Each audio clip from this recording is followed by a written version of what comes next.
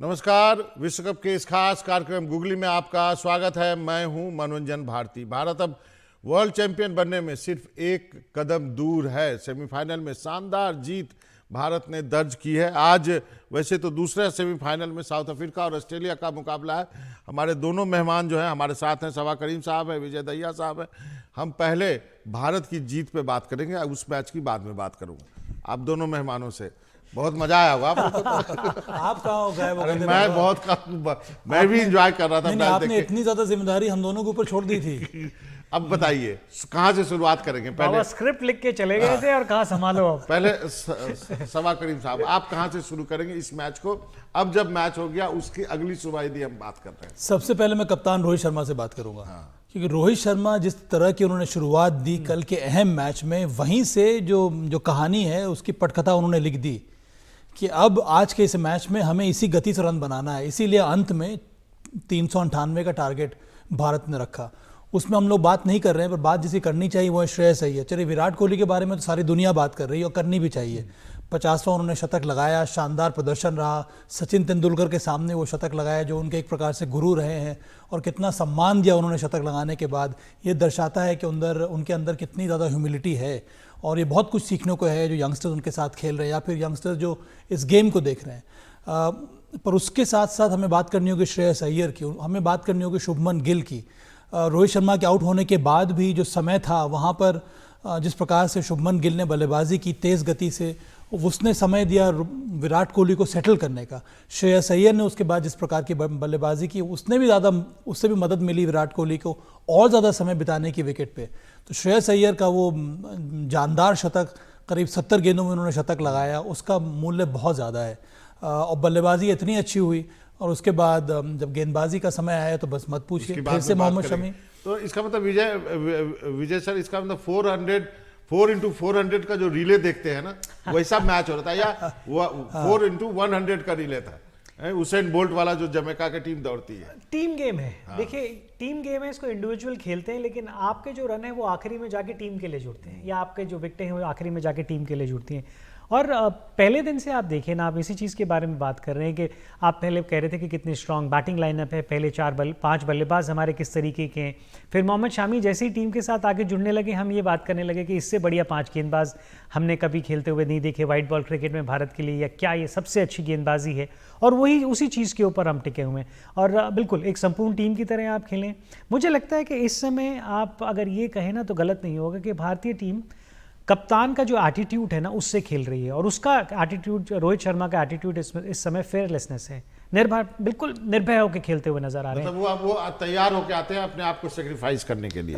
इस समय अगर आप देखें, जब आप इस तरीके से आते हैं ना सेक्रीफाइस करने के लिए, तो दबाव दूसरों के ऊपर डाल देते हैं। और मैं दूसरे अपनी टीम के खिलाड़ी नहीं कह रहा हूँ, मैं दूसरी टीम के बारे में बात कर रहा हूँ। उनकी प्रेस कॉन्फ्रेंस सुनिए, वो कहते हैं टॉस से कोई फर्क नहीं पड़ता, लेकिन टॉस जीतते ही बैटिंग कर लेते हैं सबसे पहले। क्योंकि इस ग्राउंड पे पिछले कुछ हालिया जो मैचेस हुए हैं उसमें जिसने पहले बल्लेबाजी करी है उस टीम का पलड़ा भारी रहा है। वैसे अगर ओवरऑल देखेंगे तो ऐसा नहीं है। एक और चीज़, कल बनाए ज़रूर थे हमने 400 के आसपास, लेकिन गेंदबाजों ने जिस तरीके से, गेंदबाजों ने क्या, एक गेंदबाज ने जिस तरीके से कल गेंदबाजी की, 70 रन से आ रहे हैं आप सिर्फ, और उसमें भी आप देख लीजिए पहले 10 में सिर्फ 38 बने थे।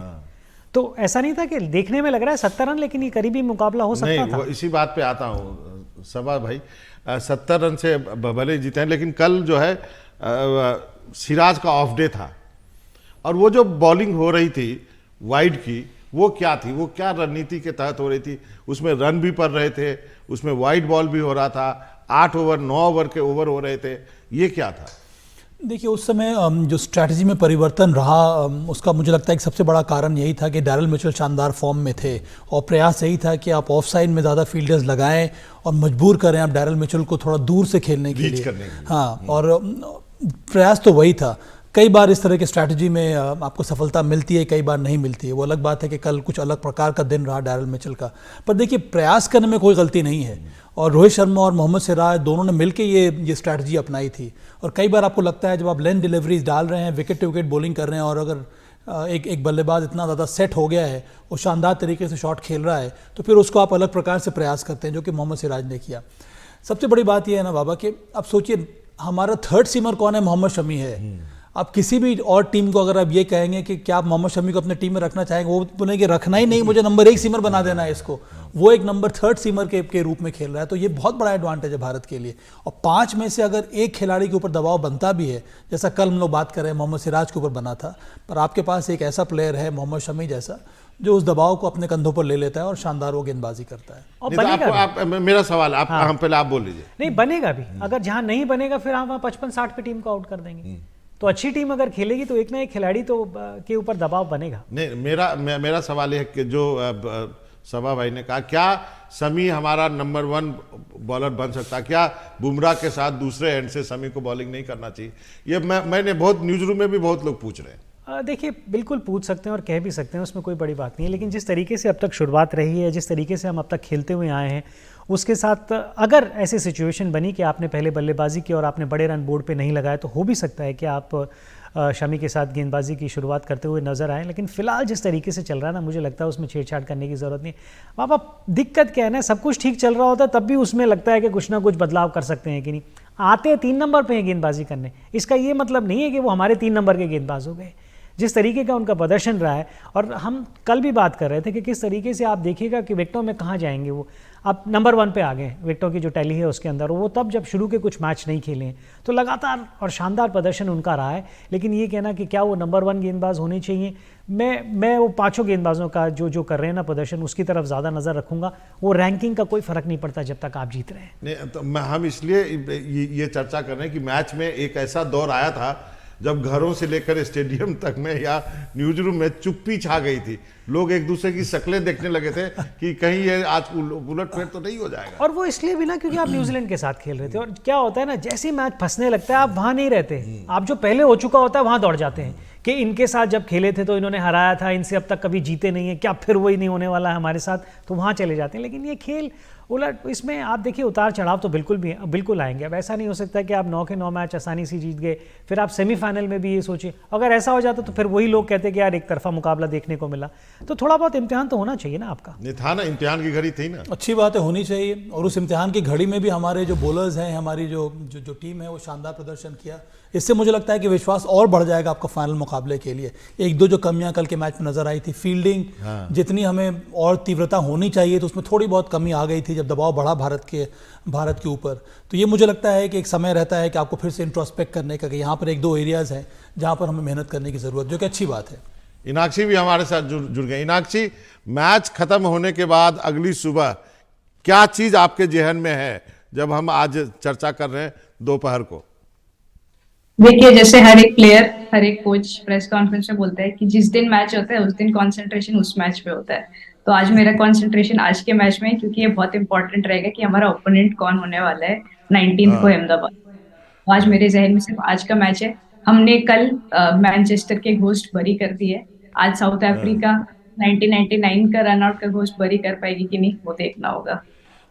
लेकिन आज भी चर्चा जो है वो हर न्यूज रूम में, फैमिली में, दोस्तों के बीच कल के मैच की हो रही है। कल के मैच की सबसे बड़ी हाईलाइट और कहाँ पे हमको थोड़ी जो स्टिचिंग करने की जरूरत है वो बताएं। जी, कल जैसे अभी आप बात भी कर रहे थे कि अगर एक बॉलर का ऑफ डे हो जाता है तो क्या करना चाहिए, बिकॉज जो हमारे ऑप्शंस है, जो हमारे विराट कोहली, सूर्य कुमार, गिल, रोहित, हमने देखा जो इतने बॉलिंग ऑप्शंस थे, पर हमारे पास ऐसे ऑप्शंस नहीं है कि उनको लाया जा सकता है एक ट्रिकी पोजीशन में। अगर कल सिराज का जिस हिसाब से वो ओवर हुआ था और कुलदीप उस टाइम पे नहीं आते और उस टाइम पे वो प्रेशर क्रिएट करा जो उन्होंने, जो वापस लिया, क्योंकि उन्होंने सिर्फ 1 या 2 रन दिया नेक्स्ट ओवर में और बैलेंस आउट कर दिया। अगर वो नहीं होता, अगर कुलदीप को भी उस ओवर में कुछ 10-12 रन पड़ जाते तो हम क्या करते, क्योंकि हमें सिराज को भी वापस लाना है। या तो हमारे पास ऑप्शन है कि हम उनको डेथ ओवर में एकदम लेके जाए और बुमराह को वापस लेके आए। तो वैसी सिचुएशंस में अगर कुलदीप यादव, जो कि काइंड ऑफ अनसंग हीरो रहे हैं, बिकॉज उनके नंबर ऑफ विकेट्स उतने नहीं है जितने शमी के हमको दिखते हैं फिगर में, लेकिन अगर वो जो प्रेशर हटा लेते हैं, अगर वो नहीं होता कल तो क्या होता। तो वही है, आई थिंक, क्योंकि हमारे पास एक एक्स्ट्रा 6th बॉलिंग ऑप्शन नहीं है और कभी कभी ऑफ डेज हो जाते हैं बॉलर के, तो वही एक चीज हमें देखनी होगी कि कहाँ पे गलती हुई, क्या चीज, क्योंकि वानखेड़े है, वहां पे पिच कैसा भी रिएक्ट कर सकता है, सभी को पता है, रोहित शर्मा इतना खेले है। तो वो अब देखना होगा कि अहमदाबाद में ऐसा क्या चीज हम चेंज कर सकते हैं कि अगर एक ऑफ डे जा रहा है तो क्या किया जाए।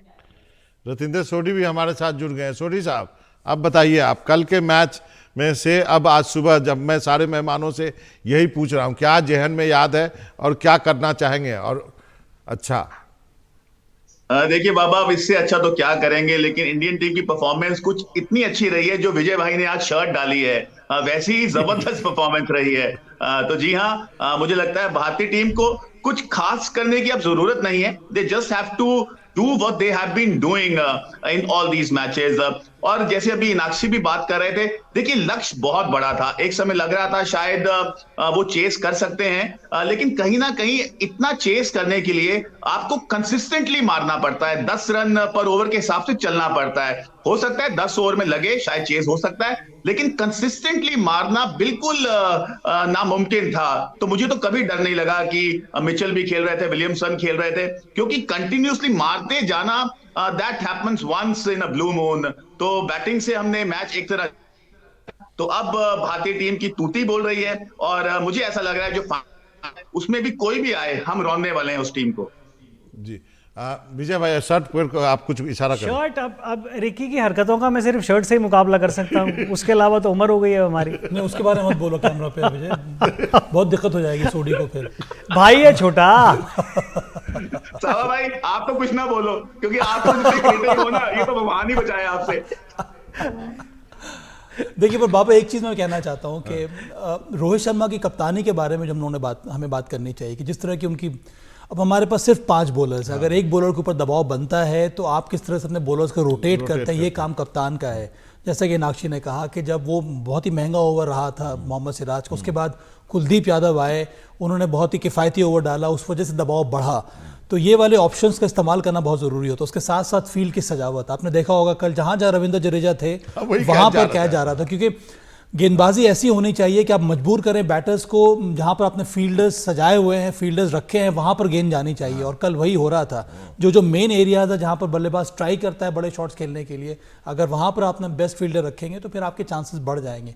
तो ये सारा का सारी जो रिस्पॉन्सिबिलिटी है वो कप्तान की रहती है। तो बहुत ही शांति के साथ उन्होंने बॉलर्स को रोटेट किया, उसके साथ साथ फील्ड की सजावट भी कुछ उस प्रकार से रखी। तो बहुत बड़ा श्रेय इस जीत का रोहित शर्मा को भी जाता है। जी विजय भाई, 2 चीज़ें हैं, अगर आप कल का खेल देख रहे थे ना, तो कुलदीप के जो ओवर थे वो थोड़े से डिले करने की कोशिश कर रहे थे कि रन रेट इस तरीके की हो जाए कि वो एक रिलीज ओवर ना मिले, बट अनफॉर्चुनेटली वो शराज का रिलीज ओवर आने की वजह से शायद वो मजबूर हुए कि उन्हें वापस लाए, और थोड़ा गेम का जो टेम्पलेट चल रहा था ना, जो पेस चल रही थी, वो भी चेंज करने का मौका मिला। आप थोड़ी देर पहले कह रहे थे कि ग्राउंड किस तरीके से छोटा ग्राउंड है, और एक तरफ जो उन्होंने गेंदबाजी की, बाबा आप ग्राउंड को और छोटा कैसे कर सकते हैं सिर्फ एक तरफ गेंदबाजी करके, कि जो बल्लेबाज है ना वो पूरे ग्राउंड का फायदा ना उठाए, तो और छोटा आप ग्राउंड इस तरीके से कर देते हैं।